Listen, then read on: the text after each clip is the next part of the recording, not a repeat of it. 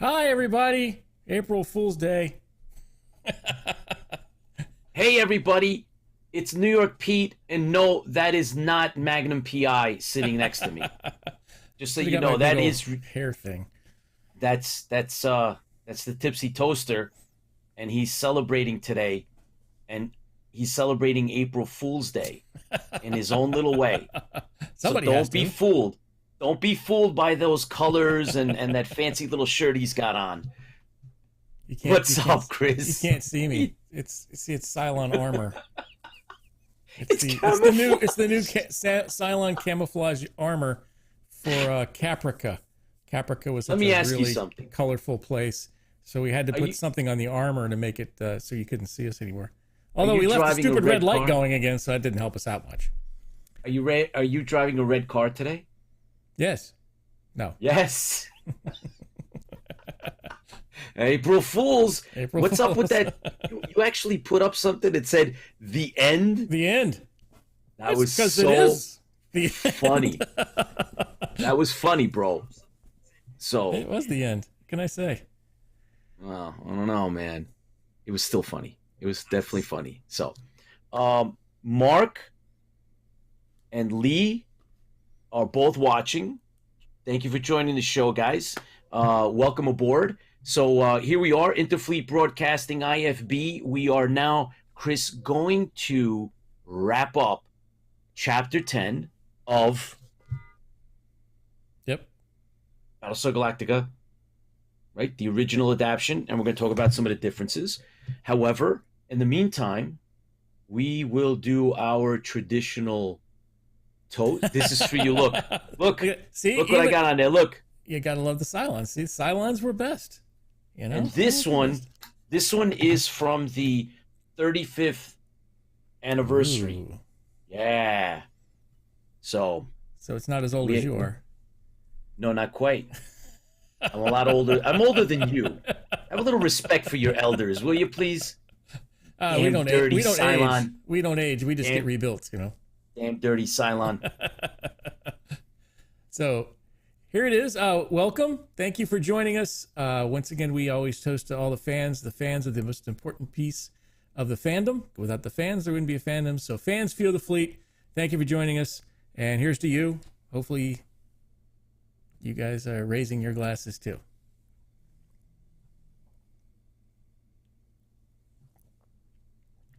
Excellent. All right. Yeah. All right. What was that, 30 weight? Side. Yeah, I think that was 30 weight. Right. Okay, so Chris, listen, we have some stuff, right? Stuff. That we have stuff. We always have stuff. There's Stuff, never enough yeah. stuff. Cool. Let's see. Lola, of course, is on. John One is Resurrection on. Yes, Resurrection. Oh, well, Hammond is on. Excellent. Very good. Welcome to the show, everybody. And do not start singing the song, because every time we It say just Lola's hits my on, mind. I can't help you it. start. You It's, you can't. know, All right. her Don't name sing. was Please Lola. don't sing. Na, na, na, na, na. Okay, so we listen. I got Right? this. That's awesome. I got it. And that's I got signed. it. Look, can you see? Yeah, it's signed. There it is. No, like this. Yep. Signed by the other side, like this. There it is. Richard There you Hatch. go. Bam, bam. You got that. That's cool. I had to let you win that one though, so I was gonna bid on it, but You didn't let have me one, it. so I let you have it. Yes, thank you. Because the one I ordered was probably the last one that you bought. So Probably. you took it from me on eBay. So I guilted you into it. Those are hard to find though, and that was a really darn good price. So Unfortunately. yeah. Where did so, you get it? Lola says, where'd I got it? I got it off of eBay.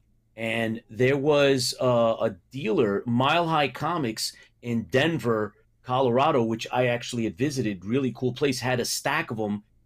Chris got, I believe, the last one because I tried to go in and get one.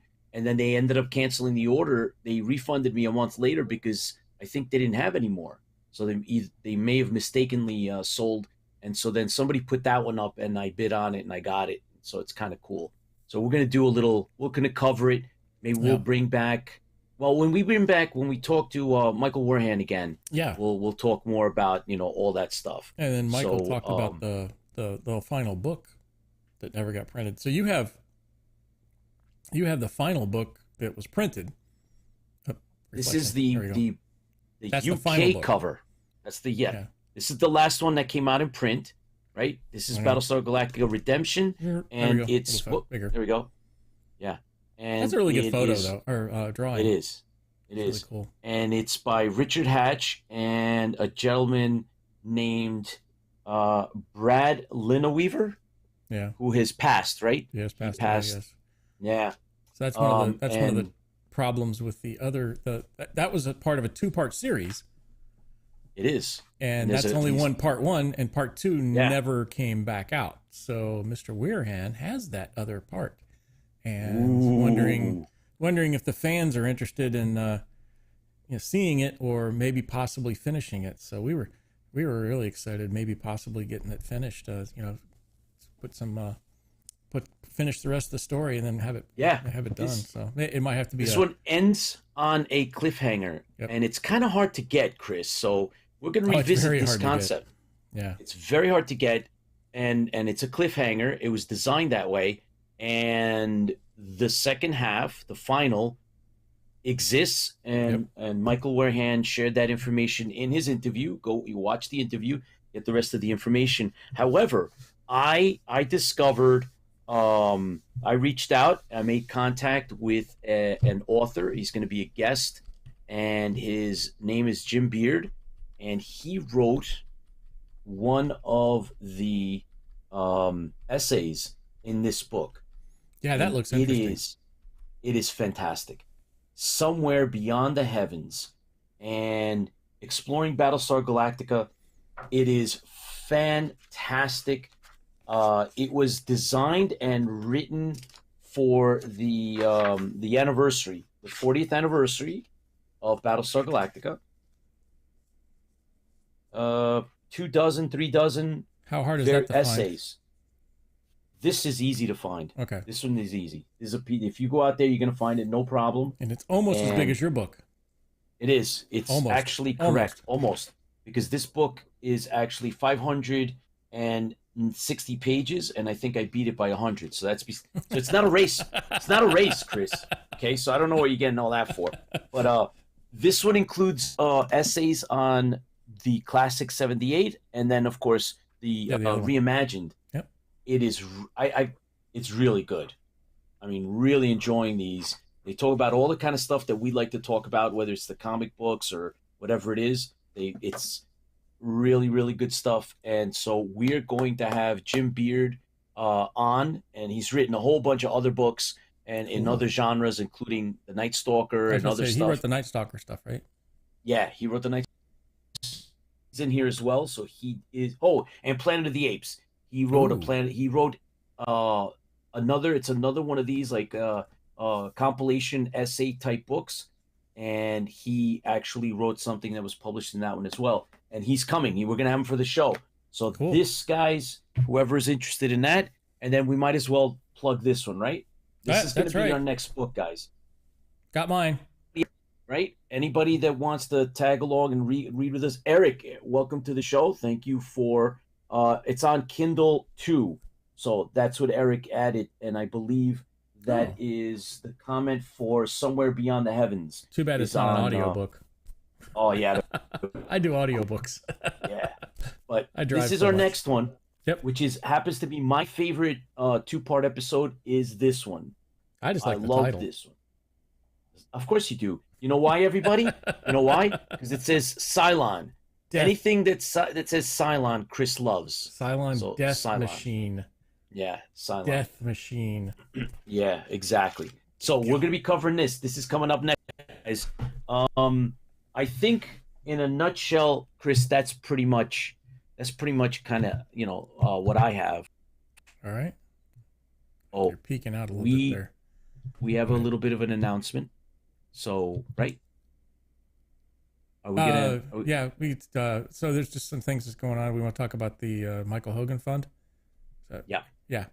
So we try to keep this up every week, but we want to bring it out again. So once again, if you're not familiar with what's going on with Michael Hogan or who Michael Hogan is, he was Saltai in the 2004 adaptation of Battlestar Galactica. and he has had a traumatic brain injury and is recovering pretty nicely, but his needs help with his funding the medical, and those are it's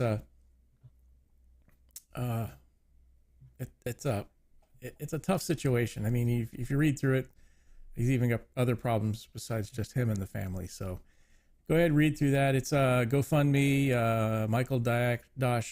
Wow, I can't speak tonight. Michael Hogan Fund at the GoFundMe site, and you'll be able to find it there. And we'll go back. There's Pete.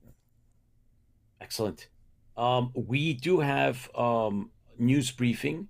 Yes. John 1. Give me a second. Green Room. So he is going to bring us up to speed before we jump into the book itself. And of course, Mediocre Modeler is out there. I know that he's been following, and he's doing projects. So you guys go out there and watch his stuff when you get a chance. We had him on last show. We had a great time. So news stuff. George G is in the house. All right, George, thanks for tuning in. All right. Are we, say the word there, Mr. Cylon Head. We're good. So Good. We're going to transfer over. Stand by.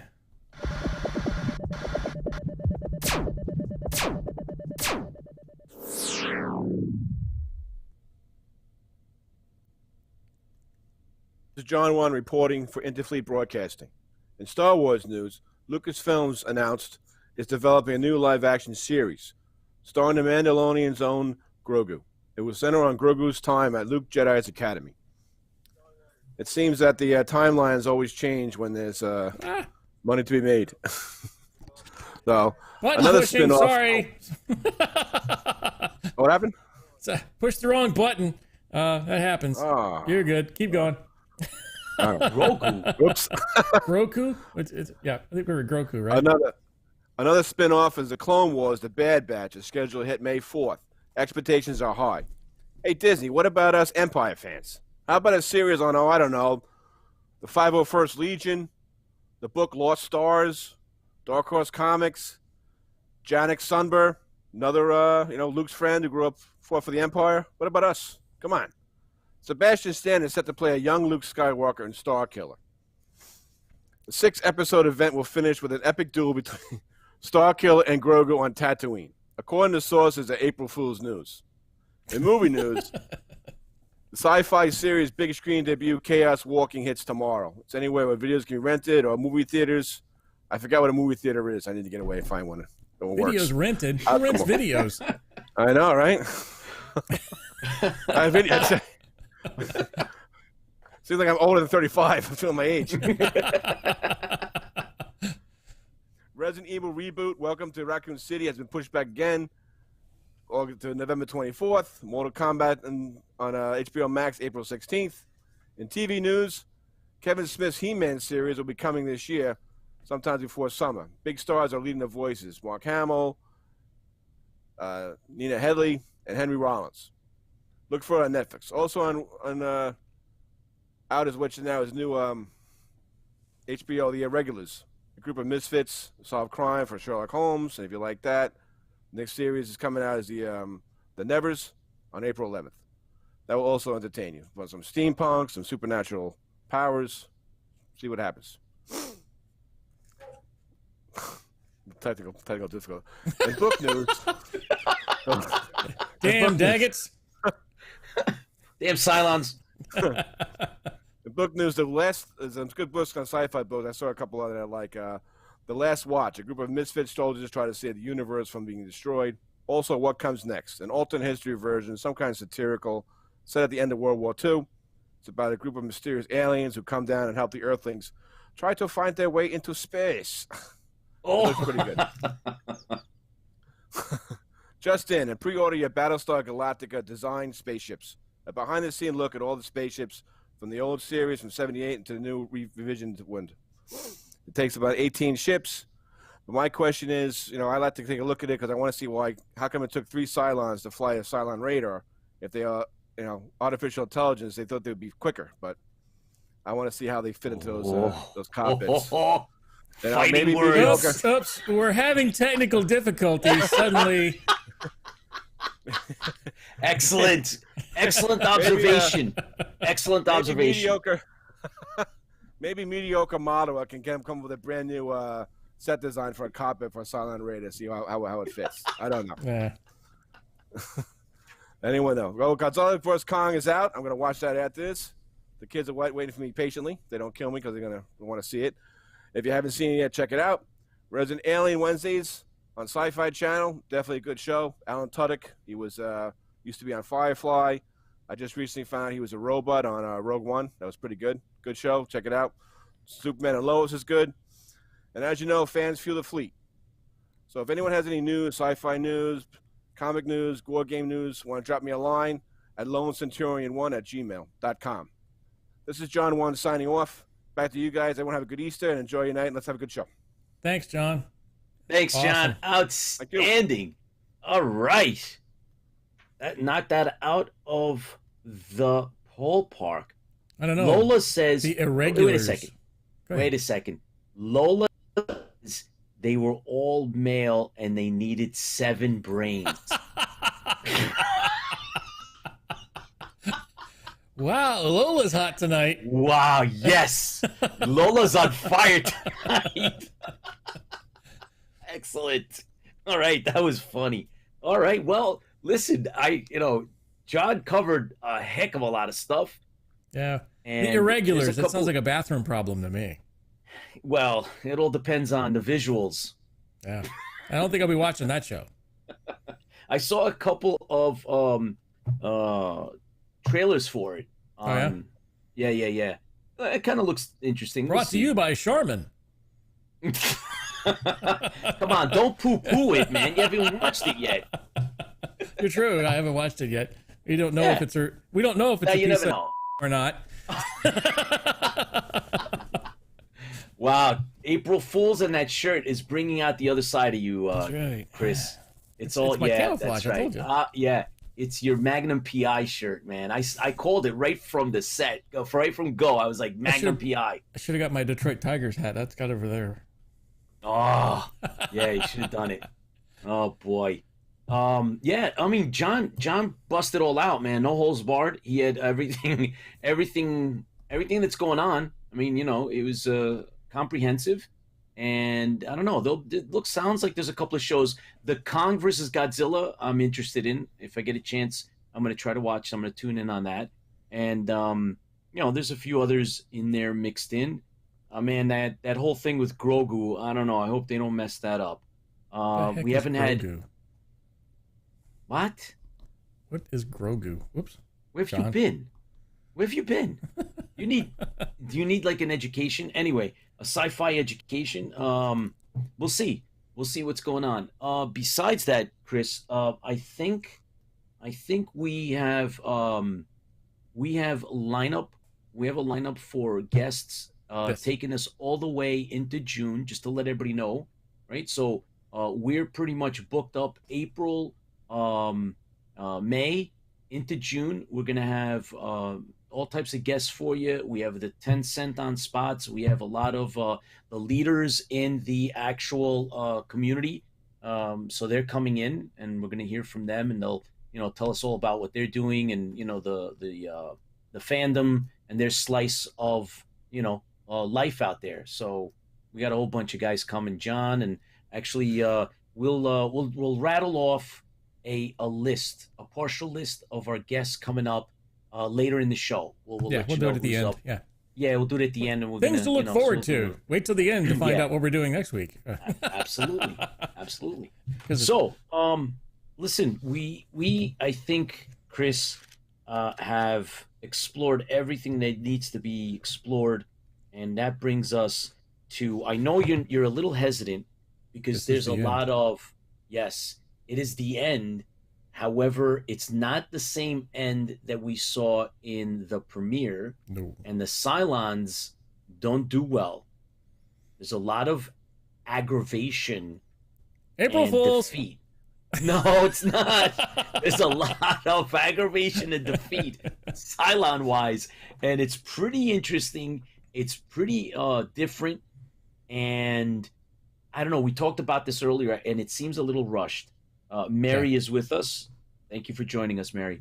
It seems that there is. I don't know, Chris. We said it. It seemed a little rushed the way they wrote this. They finished it. It seems like they could have put another chapter into this thing with a little bit more. It just, yes. It just seems like it just seems a little.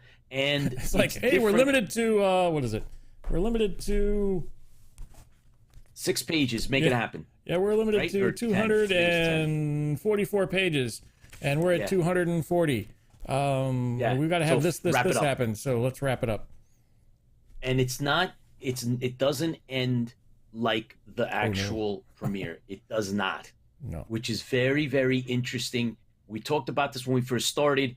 We said, hey, Chris, what's the difference between the early vision and the revisions of the scripts that Thurston kept, always talked about? He said, I was trying to keep up, and at some point he just couldn't. He just gave up. Yeah, he gave up. According to his interviews. We've been trying to get a hold of him for an interview for a long time. Who knows?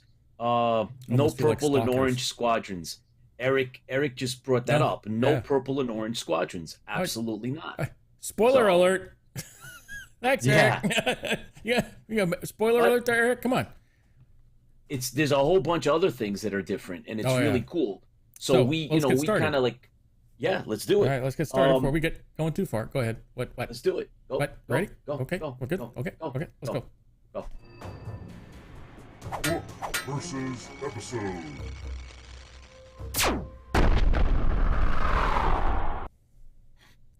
Oh, that's probably the only Cylon blowing thing up you'll hear about tonight. That's for sure. Because Pete's in his glory for destroying Cylons. That was a real good. Don't put too much enthusiasm into that intro, into the segue. So, look, we're on Cylons get hurt. That's bad. Oh, stop, man. Come on. You know what? If you really feel that bad about it, why don't you go into the corner, put on your gold Cylon helmet, and just do the rest of this in your Cylon helmet and make you feel better? I had friends on that base star. Okay, well then, if your reality is the book, don't worry about it. You'll be okay. There's no base star. You'll be okay. Yeah, no base star. So, and as a matter of fact, they don't mention the word base star. Nope. It's called something else. We've mentioned it earlier on, and it comes up again, so we'll talk about it. Page 223, right, of chapter 10. Basically, the casino is in full play, and Sire Yuri is up on stage, right, and he's talking about, he's making his speech, and they're under the influence of whatever drug the Ovions have put into the food and the drink, and Serena is looking for Boxy, and Yuri is talking up his position, which is basically okay, everybody ready for this? Listen carefully. And it's too bad you can't see Chris's face when I say this, because it's quote communion with the Cylons, right? So Sire Yuri wants this, unification. He wants things to go back to, I don't know, some fantasy that is being, brought out by whatever the drugs are. Can't we all just get along? Yeah, exactly. So in the meantime, he's talking nonsense. Apollo, Starbuck, they bust into the casino as this ceremony's going on, because they were supposed to get the medal, right? These medals, and he wants he needs to get everybody out because they know what's going on. They just came from downstairs, right? They came from the mine, so they know what's going on. And the bottom line is he takes his laser out and he shoots, right? He lets a round off into, and he tells everybody they got to get out. Everybody get the hell out. And a little bit of a pandemonium. Yeah. And then, of course, your number one stars appear. the Cylons appear, and there's it's in the middle of like the casino and people yelling and screaming. Yep, I like that. But this is one of my favorite lines in the whole movie, though. It's got it's got Sire Yuri, and he's like giving his great speech, and he's trying to take over, and he's like, Apollo comes out and he says, "Everybody get out, run!" And then he's like, "Don't listen to him." It's like, "Stand where you are," Yuri shouted from the podium. "I'm in charge here." Yeah. I was like, "That's great." I love the scene, and I love the facial in the show. It's like, "I'm in charge here. How dare you?" And then the Cylons pop out, blast a couple people, which is great, by the way. He was watching them fall and smoke. Anyways. It's like, "Don't listen to me. He's in charge." That's awesome, and that's typical Sire Yuri. Kind of, hey, I'm in charge when I can be in charge, and then when I don't want to be in charge, it's time to turn it over to somebody else and let them take the blame. So, also going on in this scene, Chris, is the mention of Red Squadron. Oh yeah, right? Once again. Yeah. All the colonial warriors, you know what? We use the term colonial warriors. They don't. Right. They're talking about pilots. They're saying that, the pilots are down there, but Red Squadron is present. And so now the rest of the Red Squadron pulls out weapons, and, they're also engaged in the firefight. Right. They also mentioned Blue Squadron. Yeah, so only is there now the mention of red, but there's also blue, and they talk again about the fact that there's a lot of fake lasers out there, and it's baffling. Yeah. What the hell? Shoot that guy! Oh wait, nobody knows. Yeah, nobody knows what's really going on. Nobody knows what the cover is. It's the only pistol they'll trust him with. Yeah, exactly. So now, in all of this, we also then get mention that Jolly and the land rams appear, right? Right. And that's wait, Fat Jolly. Remember, they even says it in the book. The poor guy. Yes, Fat Jolly. So the appearance of Jolly and the land rams, they start to explain. This is where the ruse is explained to Apollo. Right, so when Jolly and the land rams appear and they're exiting, they're trying to get everybody out of the casino because they know that there's. So they get out, the land rams appear, and then Jolly explains to Apollo what really went on and why is it that there's guys dressed up and what Adama kind of did. So they kind of let the cat out of the bag. They tell everybody what's going on. Yeah, and but the thing is, he's like, we don't have enough firepower. Great. Right. So there are too many fake guns among that fake Blue Squadron. So yeah, and she's like, "What and fake they can't Blue figure Squadron? Out what the hell's going on?" Yeah, yeah. And then that's when they tell us what it is, right?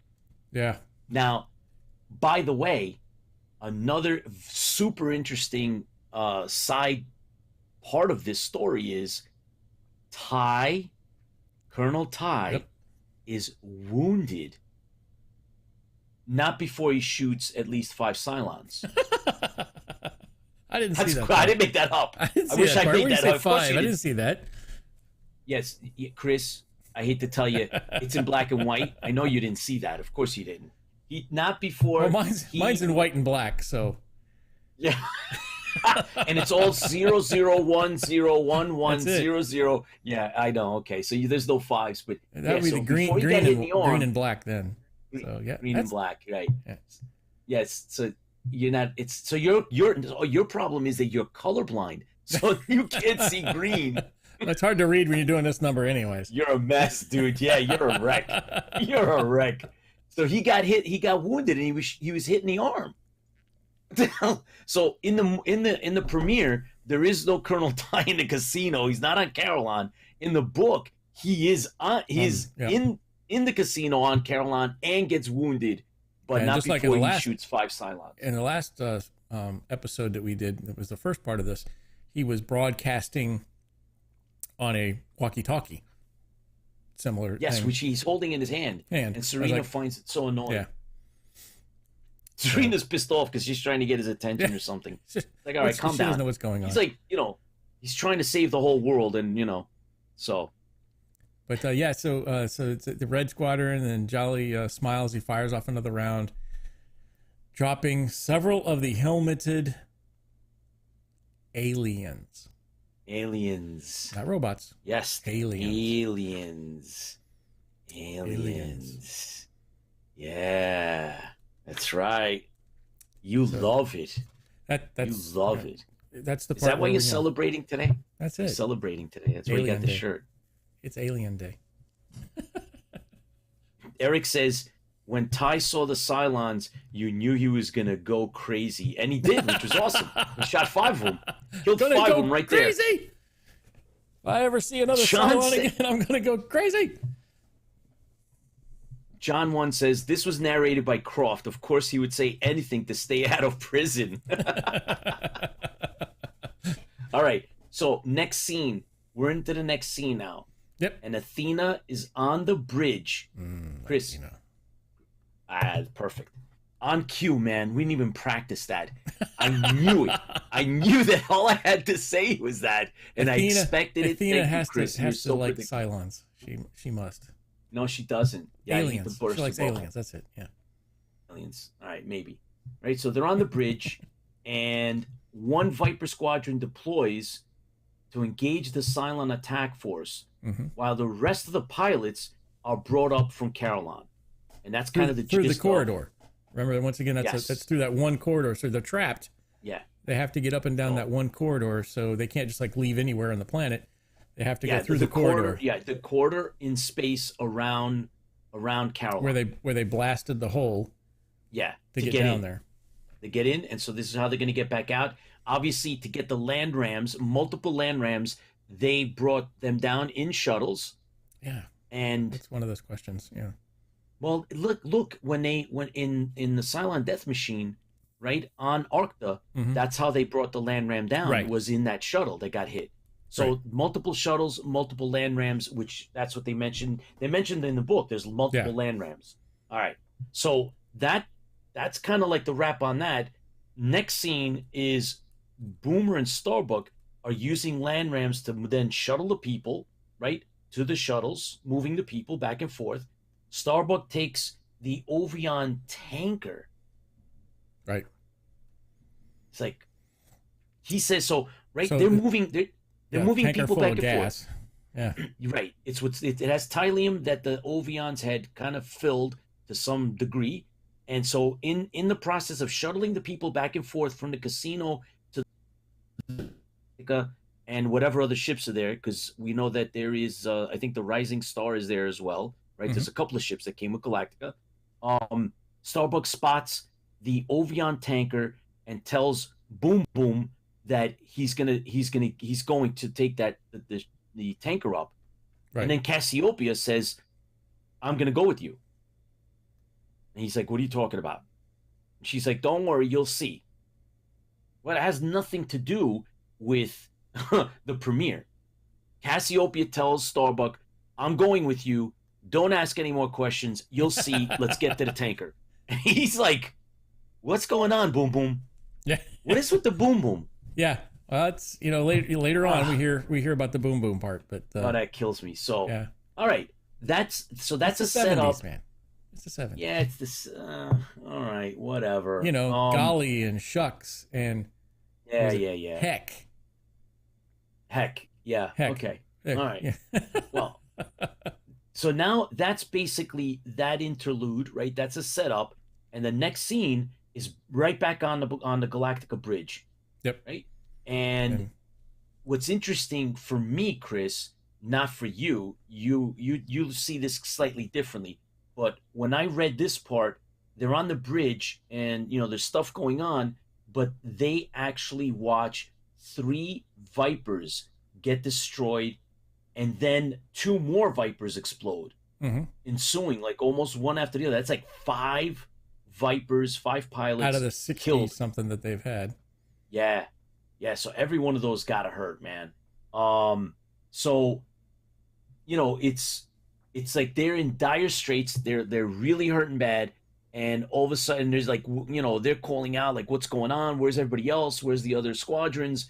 And at that, right when it looks like it's, at the worst, Apollo shows up with his squadron on the scene and they start engaging. So it kind of like, helps out, changes, a little bit of, the bigger picture of the attack. Because remember now, the Cylons are starting to not only engage on Carolon, but their fighters are engaging with the Galactica, thinking that they were going to be able to, take them by surprise and just, annihilate, as always likes to say, annihilate the human race or what's left of it.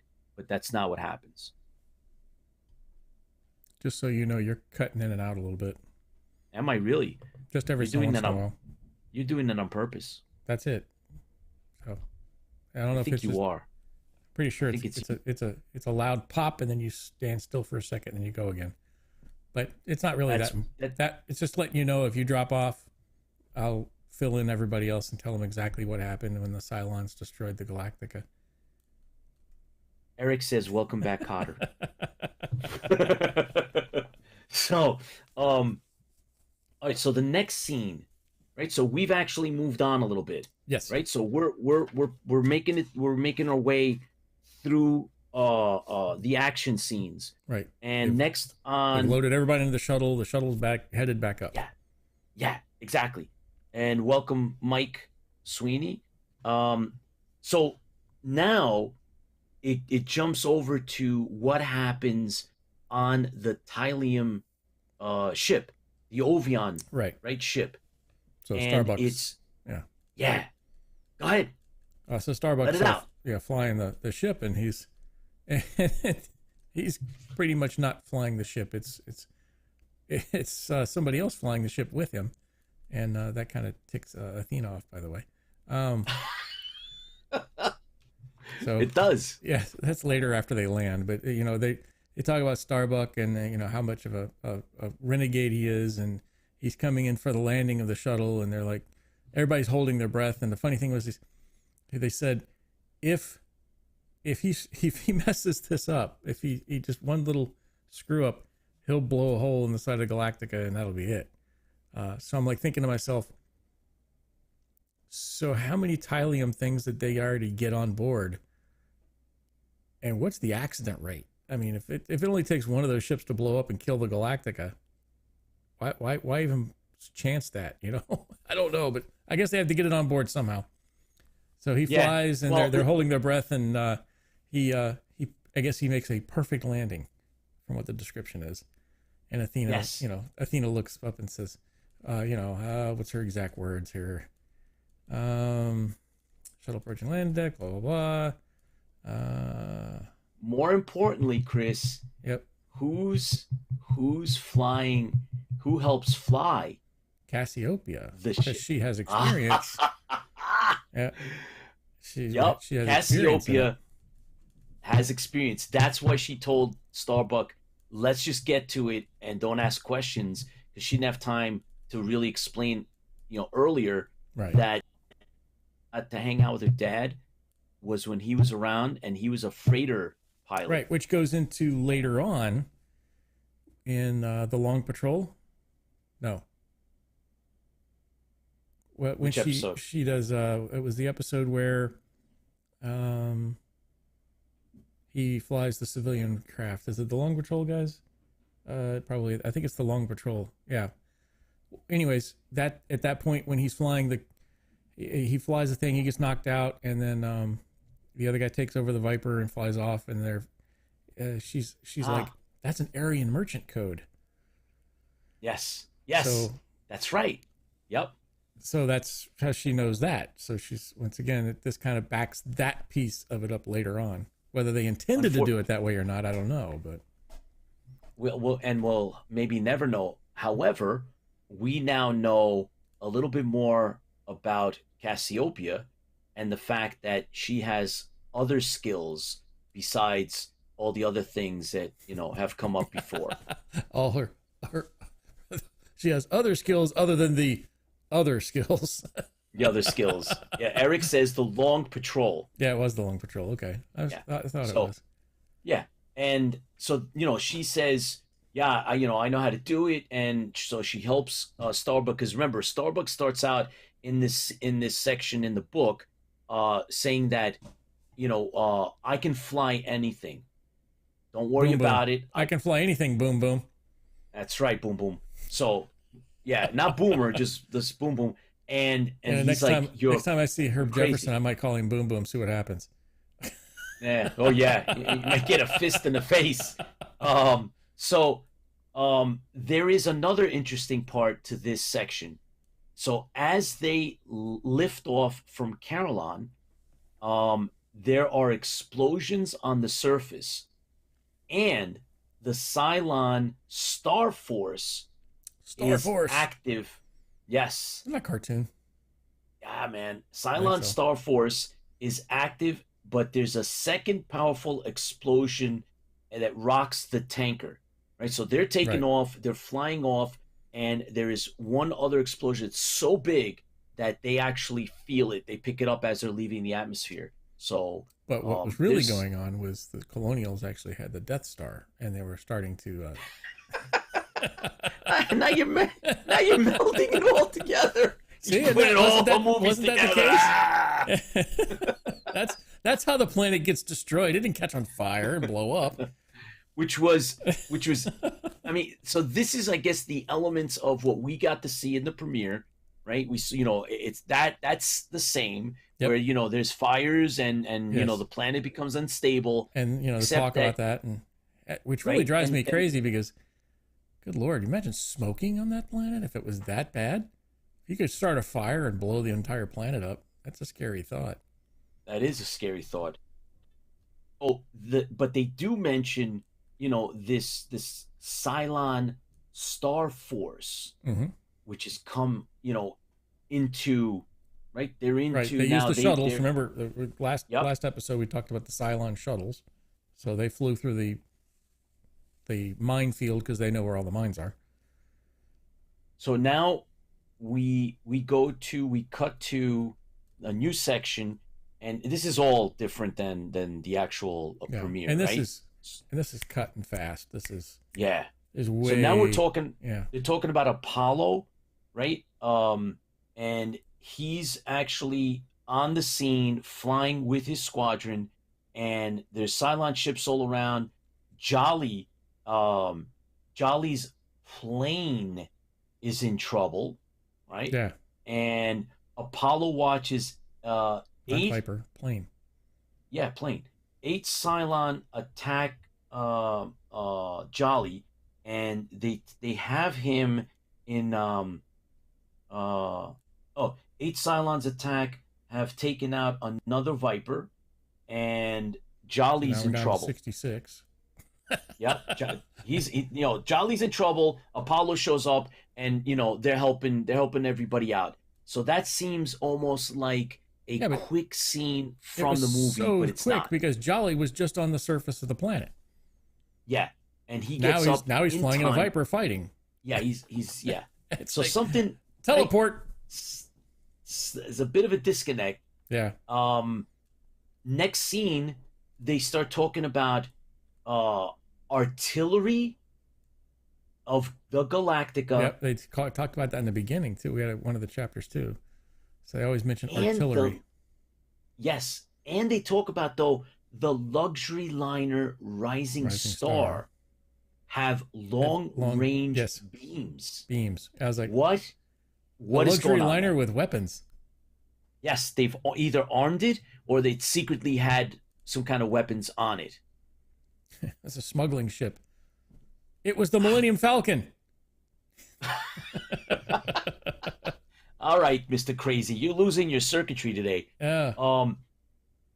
So Boomer flies in, and he is there's issues, right? He comes in and saves Starbuck as he lands successfully, right? You had mentioned that the whole idea of one of these fuel packed tankers landing, and there's a Cylon raider. They don't call it a raider, but there's a Cylon attacking they call it Starbuck, and Boomer Warship. saves his life.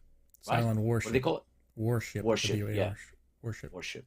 So that's obviously something that we didn't see that in the premiere at all. Then so later that's on all they call it a interesting. silent fighter. So okay. Yeah. All right. Next scene in the book, next section of the book is Boomer, having saved Starbuck, is now caught in a pinwheel attack. It's one of our best. It's one of the Cylon's secret formations. They did mention somewhere in there in all this. They mentioned that Adama was admiring a launch formation from when they initially left the actual launch bays. Right. They didn't really describe it, but they said that he was watching it, and it was a sight to see them in that formation. Oh, he gets all excited. So yeah, he's like, "We're coming." Yeah, he back. likes that We're stuff. doing this. You think? Yeah. So Starbuck rescues Boomer, and a Cylon laser torpedo comes real close to taking Starbuck out, but misses. So Starbuck's, I guess this is alluding to the luck that he has. I found it interesting that they mentioned a Cylon laser torpedo. And that's why we have 3 people in there, because you have to get the sonar on. And you have to have someone shooting the laser torpedo while the third guy flies the Raider. He's got to load it in the thing. And it goes off. Somebody's got to, one guy can't do all goes that. off the back end of it. Yeah. We got to wind that sucker up before we shoot it out. That's why you need 3. There you go. There we go. That's why we need 3. Next scene, or the next section, Chris, is... Wait a minute. You're a colonial. You forgot to mention the guy that gets killed. Jolly shouts, "Monk just bought it." So, poor Monk. I mean... Poor Monk. Here's why to you, he Monk. ended up... Here's to you, Monk, and he ended up with his own show. So he ended up doing better, right? His own show. So, he got his own show. Here's to Monk. So, sorry, Monk. We didn't mean to stick a torpedo up your... Anyways. And Lola says 7 brains. Agreed. Too bad you didn't lose it, man. That would have been awesome if you lost it. That juice would have come out, or the beer, whatever you're drinking, would have come out. It would really fun. Orange juice. Okay, so we jump to a next section in the book, and it's all about the Cylon Supreme Star Force and the fact that Caroline is blowing up. So it's not a base star. In a bad way, not a good way. It's not blowing up in a good way. So like, hey, that's blowing up. No, it's blowing. No, it's blowing up. Yeah, it's. I think almost like it's. I think they said like half of the planet is like engulfed in flames. Like half of it's like it's just tearing itself apart. That's the first test of the Death Star. The Cylon Supreme Star Force is in.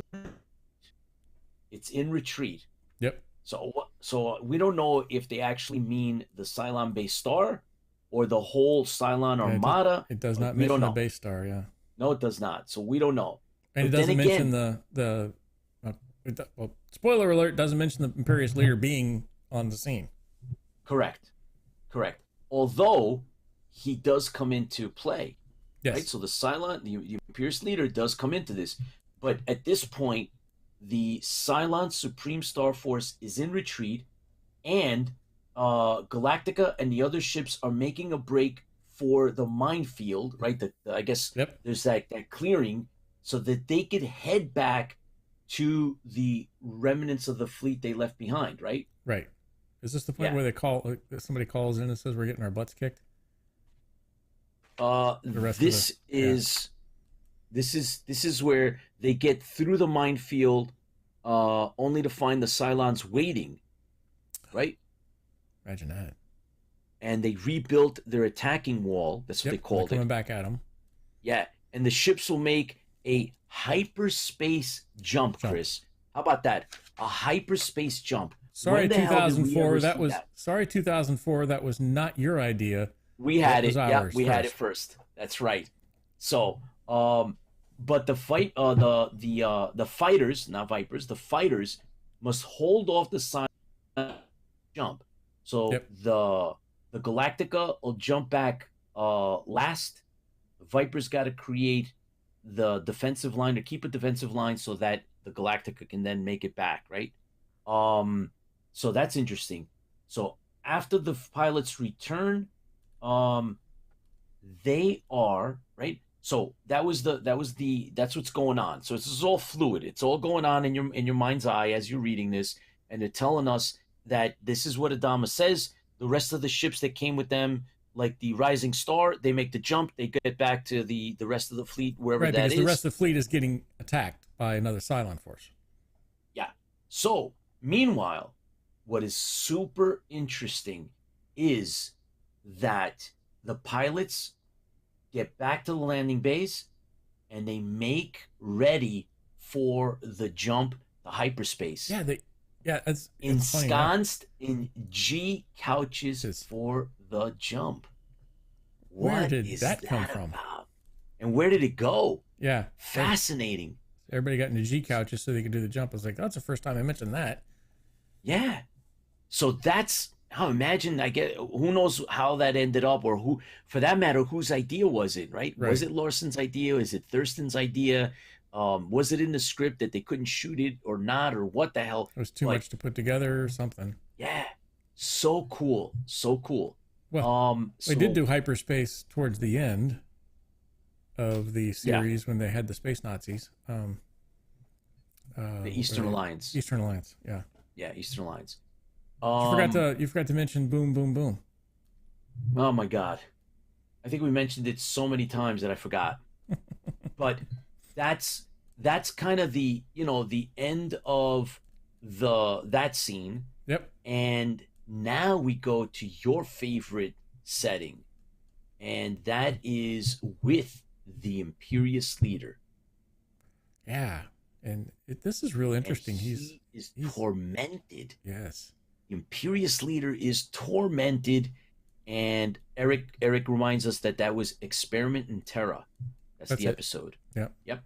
So the Imperious leader is analyzing his defeat with the third brain, and it's so distracting him that because the third brain is designed to think like a human.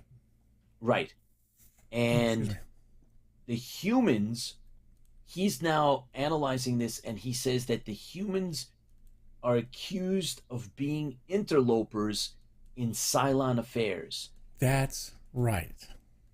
Where is that? And he explains a lot about, he said, the Cylons tried to make it clear to the humans that they needed to leave space that was claimed by the Cylons, that they shouldn't be actually involved in affairs that were considered like Cylon. Right. And so once again, like I had mentioned in the other chapters, the Cylons didn't start this. The Colonials did. Right. So the Cylons having this bravado, this egomaniac believe that they control everything, and nobody except them calls the shots in space. Right. So whether it's close, vast, wherever it may be, wherever the Cylons are, they're in charge and nobody else is. That sounds crazy. That's ludicrous. It's our sandbox. You stay out of it.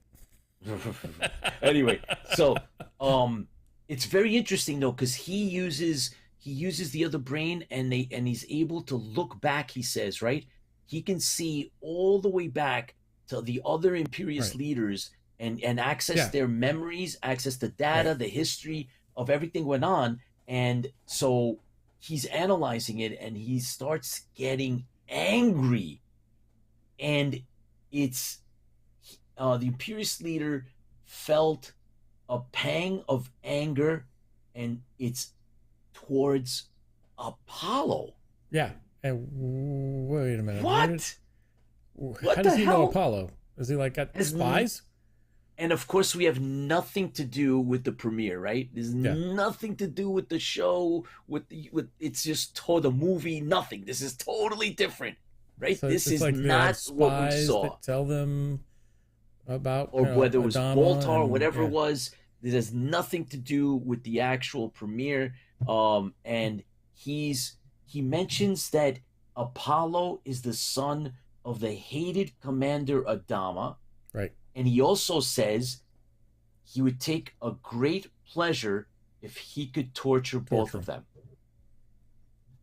What is I up can with see that? That's not wrong with that. Yeah. I can see it. That's okay. Right? Yeah, whatever. Okay. By the way, Eric says that whole Imperious leader scene really shows how they were envisioning as the regular main villain before they decided to bring Baltar back. Makes a lot of sense. It makes a lot of sense. And also that at some point, I believe that John Colicos had his presence and the way he portrayed the character, I think, had influenced them so much that they made sure that they found a way to bring him back. They probably and had I think they did. It was the right call. Exit poll type thing out of the movie theater, and one of the favorite. Possible. Yeah. Because he definitely brings something to, right? I mean, if you think of 1978, Battlestar Galactica without Baltar, and instead the Imperial, it changes the whole dynamic. Mm-hmm. I think they made the right decision. I think Baltar was definitely. They had to have ultimate, a human face villain behind the human face traitor. to the bad guy. The bad guy's villainy. Yeah. Yeah, the bad guy being just a robot or something to that effect would not bode as well as having a real face on the enemy. So and he plays it so well. He did a really good job. Yeah. I really like that. Yeah. But I wanted to bring back to your... Go ahead. Sorry, go ahead. I want to go back to what you were saying before. I had to find the exact sentence because I wanted to read it. Yes, of course, and relish it. As you say it, you have to emote it. I could do it in the, I don't know, is this the right one? Check, yes. The universe had been in order until the humans had started asserting themselves. Even then, the Cylons had avoided actual encounters for some time.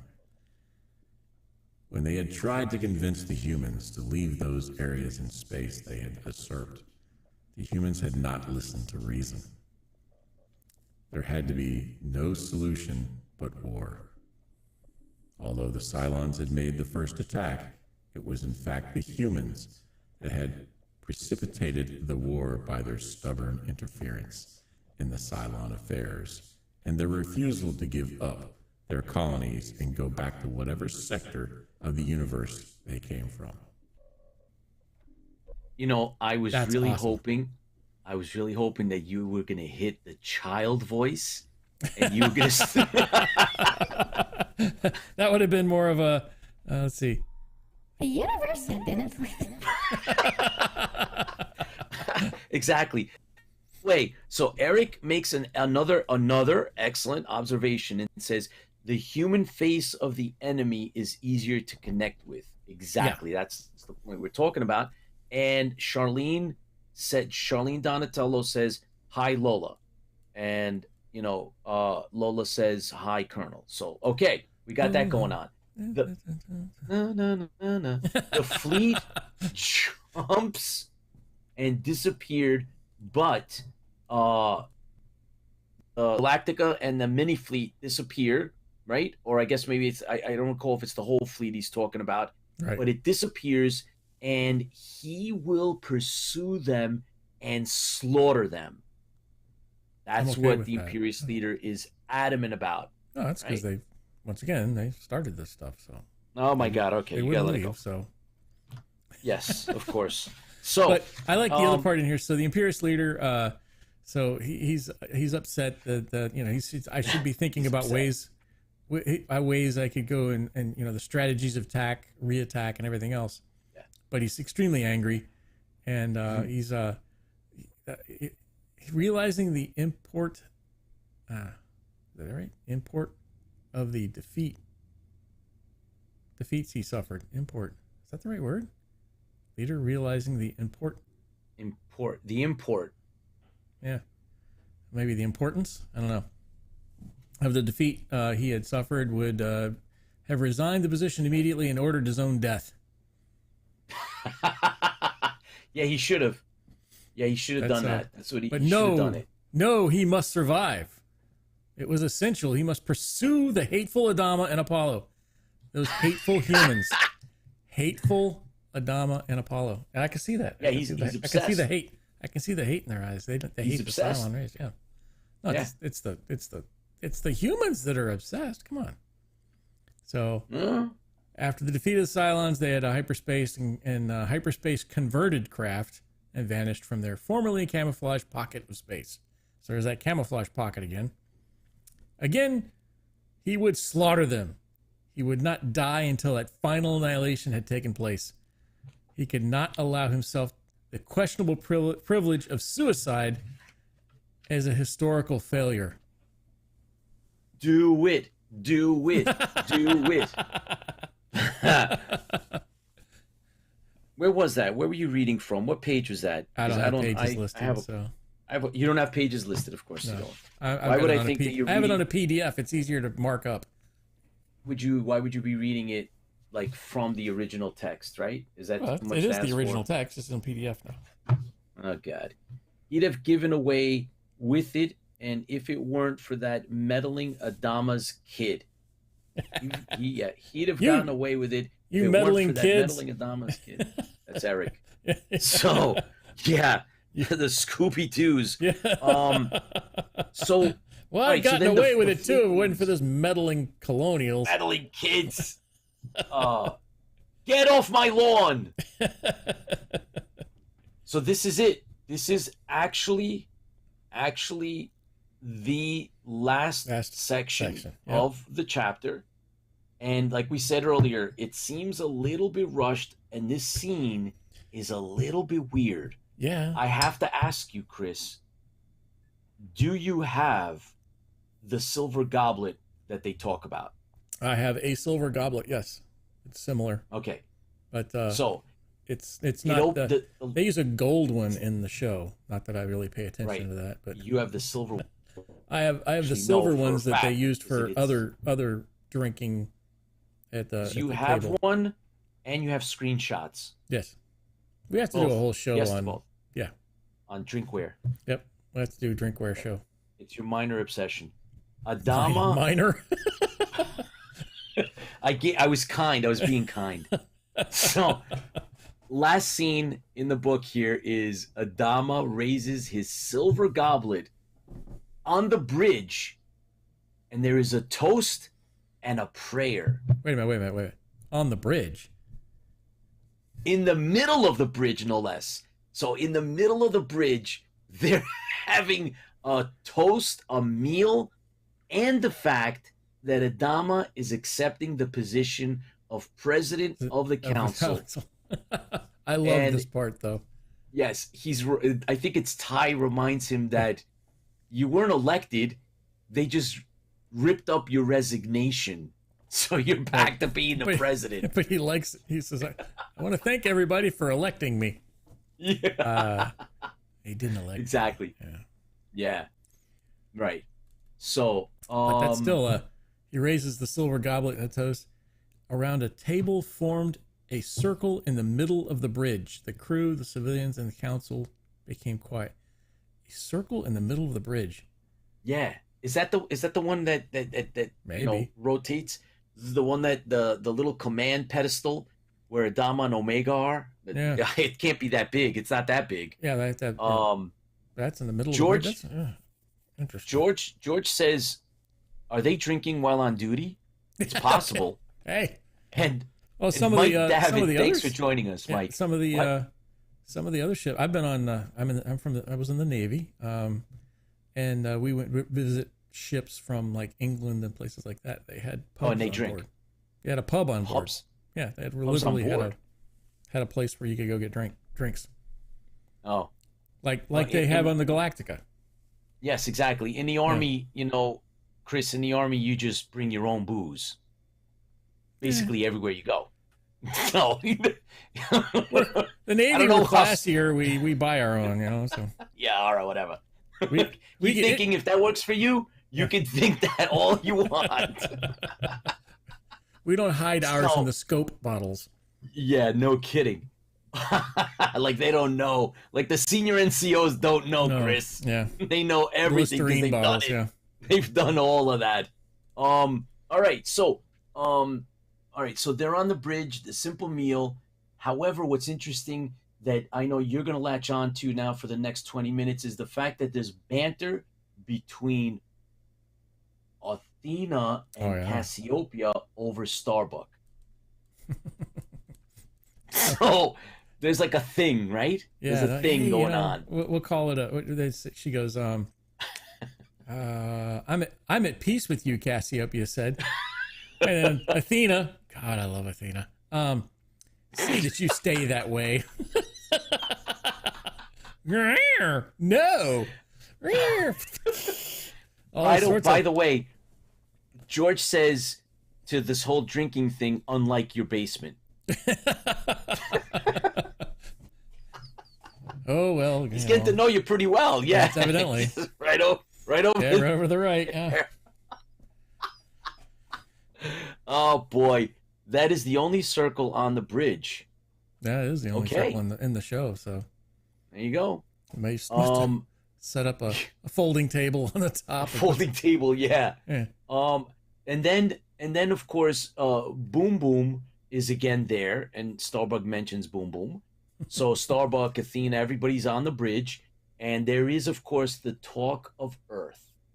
And now everybody gets serious, right? Because Adama's speaking, and he talks about Earth, and nobody's gonna be like snickering. There's no everybody's serious. Nobody's about snickering this time. They're like, no, not this time.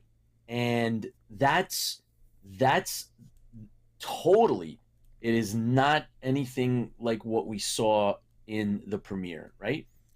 No, and the way I read it, I'm trying to find it right now. The way I read it, it's really strange. Yeah, it's like right.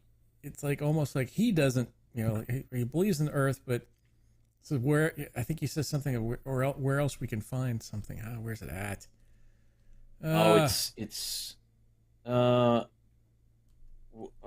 see. Oh, okay.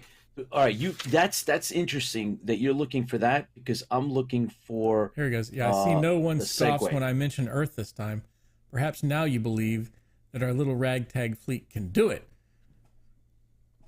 It can perform this lonely quest as we flee from the CYLON tyranny. Discover a new shining planet, Earth. Ladies and gentlemen, a toast I give you, hope. They all drank the meal, blah, blah, blah. How much however, simpler fare these exotic delicacies fed to them by the Ovions. Yeah. So that is, and that kind of like drifts off into then Serena, Apollo, and Boxy, right? And it's interesting because it kind of brings the scene full circle to when we first encounter the Boxy and Apollo meetup, where Boxy's all depressed because he lost the Daggett. Yeah, exactly. He lost the Daggett again. Yep. And now the same thing happens kind of all over again. And Boxy doesn't want to eat. He is not feeling well. Serena's concerned about him, and Apollo comes to the rescue. And here comes Dr. Wilker, and he brings him a new Daggett. Yep. And what's interesting, of all the things that they mention, and the examples and the whatever, they say Humpty Dumpty. It was like the Humpty Dumpty sentence. Do the Humpty Dump. What? Do the Humpty? Oh, right? Sorry.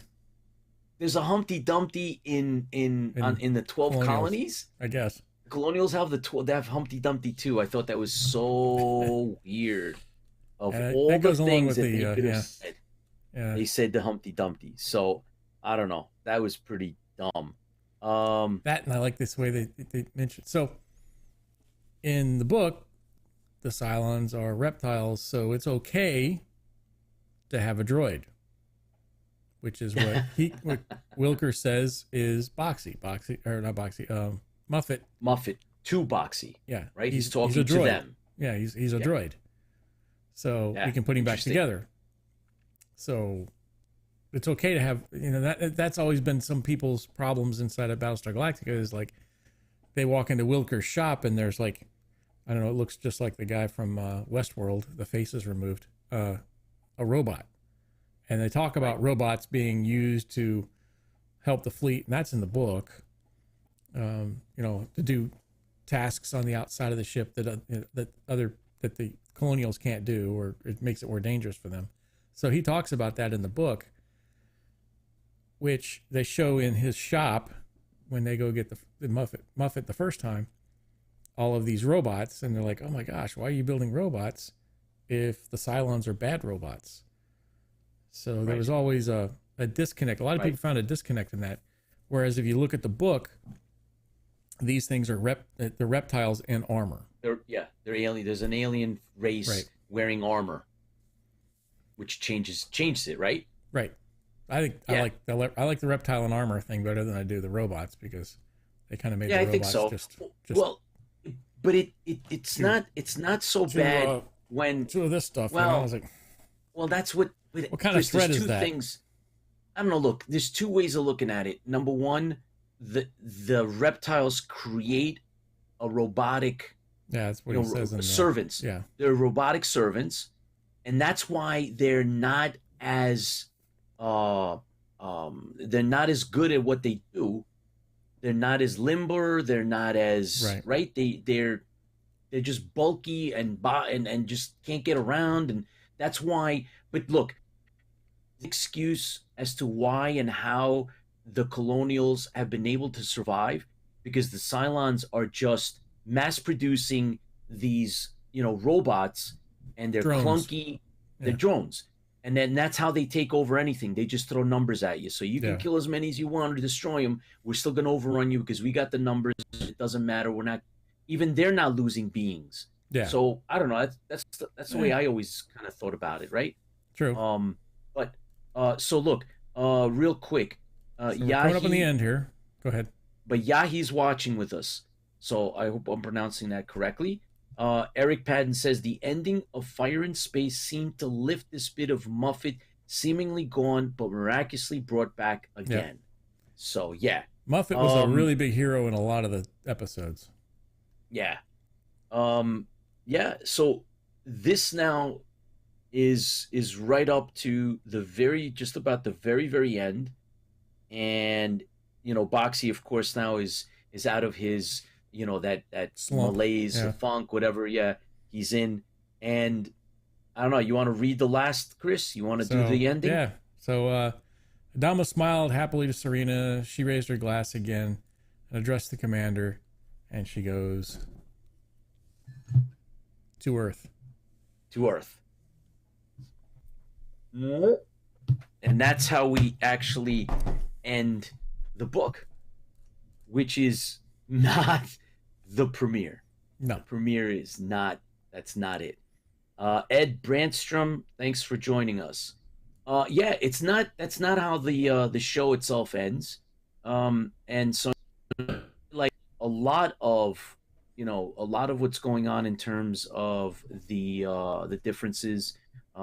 We all kind of know the visuals of the show itself, and so we've been highlighting all of these. Just original aspects to the book itself. Some of the things we know that Thurston, right, Chris? We know that Thurston says in an interview, really good interview that was published, that says that he had to use a lot. At one point, he used his imagination, his skill set as a science fiction writer, and we've always been curious to try to, could we separate the Thurston from the Larson vision and the script vision, and see what was the original Galactica that Larson wrote, right? Larson's original. I love that. I wish we could sit there and interview him and find out exactly what parts of this were his and what parts of because there's a lot of people say most of it was Thurston, because he just got the script and then kind of went with it, because all the other scripts were just coming and changing because of the TV thing. So I like Thurston's view because I believe it was probably more true to the fact, because I don't think they took the Cylon being robots and things like that because of the sensors on the TV that wouldn't that was the reason why they went robots instead of aliens. And then but so Chris, all of these other pieces that were there. So but the Imperious, the and the idea that he looks reptilian, and that was Larson's vision. Mm-hmm. Does that mean that Larson's vision was they should be lizards? Because if you watch that the background trailer that was originally made to introduce the backstory of Battlestar Galactica, right? That inside trailer that was made, it talks about a lizard race. Right. So it was Larson's original storyline. Yeah. Now, what is it? Adama's Arc, I think, is the original story. Yes. Yeah. That's what I'd like to actually get a hand on, get my hands on, and see what that's about, and like see if we can get to the very first of. script would be great to get a hold of. Yeah, right. The original story, which supposedly goes back, I think, to like what, the 60s or something, is when he first formulated something like that. But there is on YouTube, I have seen that internal trailer that was made. It was like a background to a backstory to the Battlestar Galactica story that was created for the studio. And that's when they talk about, the race that the Cylon race was overtaken by the machines. George says the early 60s. That's that very first. That's they have an intro for. Yeah. It's on the movies, or on the telemovies. That one. That holds a key to some of the stuff that we're interested in. So, Chris, we've had a really, really long run, but a lot of fun with, doing the book. And that's why we both decided that we're going to do the Cylon Death Machine. And we did say it is a beautiful title, especially since the outcome is a great outcome. Well, it's only because it overheated, so. Yeah, whatever. It was made by Dr. Ravachol. So, faulty human product. Oh, stop. Don't be jealous. April 8th, we have a guest coming on, and we're looking forward to having Eric Padden, who's actually, he was with us tonight. I think he's still on, as far as I can tell. And Adam's Arc. Charlene Donatello corrected me. It's Adam's Arc. Thank you. Adam's Arc, yep. Thank you. So Eric is coming on. He's going to be our guest April 8th. And we are happy and honored, and it's a pleasure to have Eric come on. He's got a fantastic background. He's been involved in a lot of early stuff in terms of, writing and fan fiction. And it's just fascinating, all the things that we've been into, and a lot of, our followers and fans also really enjoy, aspects of writing. And he's coming. Sean jumped on. Sean, thanks for watching. And Eric says he's looking forward to it, and so are we, Eric. We're going to have a lot of fun. We have a lot of, questions in terms of, writing fan fiction and his experiences which are like, I think, over 30 years of doing that. So he's going to tell us a lot. And the Susan Paxton, I believe, and Sharon Monroe, I think there's a little bit of overlap, and he can tell us a little bit about that in the world of what was it like then, because Chris and I were really into the fan fiction stuff. So that's going to be very, very interesting to have him on and give us behind the curtain on all that. So we're also going to have Sean. Sean's coming on for a 10 centon segment. That's going to be on the 15th. On the 22nd, we also have another 10 centon segment, and that's going to be with Rob Bergeron. The 29th is the interview with Jim Beard, and May 6th, 10 centons with Phil Sokolov. May 13th is a really good friend of ours, a supporter, very well known in sci-fi circles, Owen Cotter. Thank you for coming on board. Followed by Amber Edmond, right, from Battlestar Galactica. We're also looking forward to that. That's on May 20th. And May 27th, we're going to have a full interview with Mediocre Modeler. He's going to show off a lot of his work, how he did what he did, show us a lot of the Battlestar Equipment he Galactica uses, stuff, yeah. and all of the other models and things. And by the way, if you guys are not aware, Mediocre Modeler has done some fan films. He also does he does it all. he does it all, man, and they're a lot of fun. So if you get a chance, please go and watch some of that, and then of course come and join us. We're gonna have a we're looking forward to having all of our guests come and tell us about themselves, and Sean is going to share his bio with us so we can have a proper intro.